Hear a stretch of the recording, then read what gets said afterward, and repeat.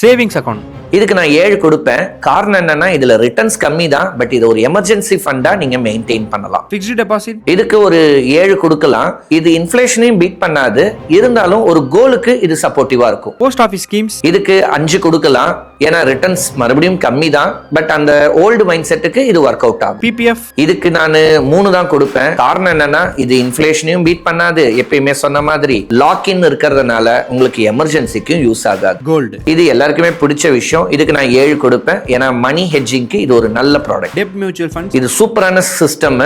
இதை புரிஞ்சுக்கிட்டு இன்வெஸ்ட் பண்ணா இதுல டைவர்சிஃபைடோட இன்வெஸ்ட் பண்ணலாம். இதுக்கு நான் 8 கொடுப்பேன். ரியல் எஸ்டேட் இது லாங் டேர்ம் ஃபியூச்சரிஸ்டிக்கா நீங்க வாங்குற இடம் வேல்யூபிளான இடமா இருந்து உங்களுக்கு நாலேஜோட அதை இன்வெஸ்ட் பண்ணீங்கன்னா இதுவும் கரெக்டான விஷயம். இதுக்கு நான் 8 கொடுப்பேன். இண்டெக்ஸ் ஃபண்ட்ஸ் இது டாப் 50 கம்பெனிஸோட கிரீமி லெவல், அதனால இதுக்கு நான் 8 கொடுப்பேன். ஒரு நல்ல லாங் டேர்முக்கு இது ரொம்ப ஆப்டாவே இருக்கும். ஈக்விட்டி மியூச்சுவல் ஃபண்ட்ஸ் இதுக்கு நான் 10 கொடுப்பேன். காரணம் இதுல நிறைய டைவர்சிபிகேஷன் இருக்கு. சோ ஈஸியா உங்களோட வெல்த்தை கிரியேட் பண்ண முடியும். டைரக்ட் ஸ்டாக்ஸ் இதுக்கு 10 கொடுக்கலாம். ஆனா நாலேஜோட மட்டும்தான் இன்வெஸ்ட் பண்ணணும். சேஃபா எங்க இன்வெஸ்ட் பண்ணணும்னு தெரிஞ்சுக்க ஜஸ்ட் என்ன ஃபாலோ பண்ணிட்டு இன்வெஸ்ட்னு கமெண்ட் பண்ணுங்க.